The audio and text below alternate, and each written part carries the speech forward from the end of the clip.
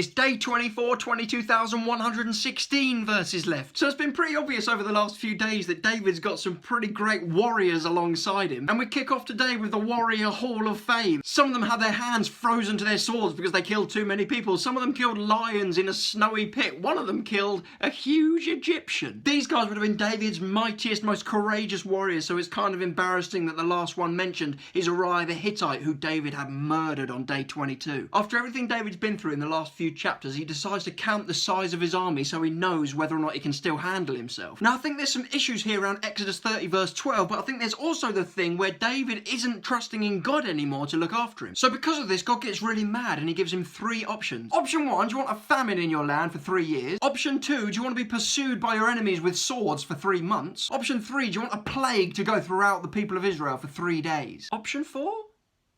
Not so much. He chooses option 3 and 70,000 people die. I love a book with a happy ending. At the beginning of 1 Kings, David is old and knackered and cold, and so they find a girl to go in and keep him warm whose name is Abishag. Yeah, seriously. Then one of David's sons is up to no good again, and his name is Adonijah, and now he's the one who sets himself up as king when it's supposed to be Solomon. Before he dies, David makes sure that Solomon becomes king, and Solomon begins his reign by killing loads of David's enemies to make sure his throne is secure. Sort of like when you give your brother a dead leg before he takes your spot on the sofa. Now that Solomon's king, he asks God for wisdom because he literally has no clue what he's doing. And Solomon's wisdom is put to the test when 2 prostitutes arrive. One of the prostitutes has a live baby and the other one has a dead one, and they can't agree about whose is whose. And so Solomon says, I know, cut the baby in half. You can have half each. The mother of the live baby says, no, don't kill him. Just give him to her. And the mother of the dead baby goes, yeah, kill him. No one's going to have him. And Solomon says, well, obviously give the baby to the mother who didn't want him to die. I'm sure rock, paper, scissors would have been less stressful. Tune in tomorrow for the rise and fall of one of the richest men in history.